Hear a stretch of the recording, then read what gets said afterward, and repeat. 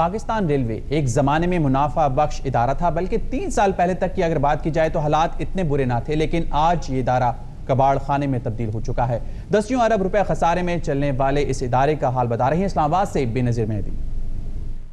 بحران، تباہی اور بدحالی محکمہ ریلوے کے ساتھ اس طرح منسوب ہو گئے ہیں جیسے چولی دامن کا ساتھ۔ 1960 تک ریلوے پاکستان کا ایک منافع بخش ادارہ تھا۔ یہ منافع بخش ادارہ کیسے تباہی کے دہانے تک جا پہنچا؟ پاکستان میں بڑی تیزی سے موٹر وے اور ہائی وے تو تعمیر کر لیے گئے، مگر وقت کی ضرورت کے ساتھ ساتھ ریلوے ٹریک بنانے کی جانب توجہ نہیں دی گئی، جس کی وجہ سے ریلوے کی آمدنی کا ذریعہ مال گاڑیاں اور سامان کی ترسیل بجائے ریلوے کے سڑک کے ذریعے کی جانے لگی۔ جب سے روڈ سیکٹر کو ڈی ریگولیٹ کیا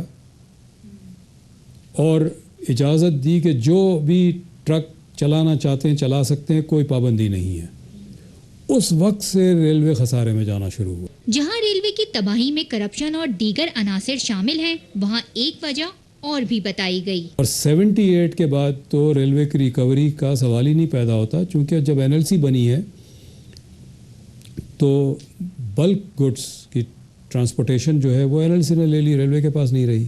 جبکہ موجودہ GM ریلوے نے اس بات سے انحراف کیا۔ ریلوے خسارے میں پہلی دفعہ گئی ہے 73 میں، اس وقت NLC موجود نہیں تھی، تو NLC کو ہم کہیں کہ وہ ذمہ دار ہے جو بعد میں آئی تو مناسب نہیں ہے۔ سال 2010 میں ریلوے کا خسارہ 32 ارب روپے رہا، جبکہ رواں سال میں یہ خسارہ 28 ارب روپے ہے۔ اگر ریلوے کے یہی حالات رہے تو خطرہ یہ ظاہر کیا جا رہا ہے کہ معاشی سال کے اختتام پر ریلوے کا خسارہ 50 ارب کے لگ بھگ جا پہنچے گا۔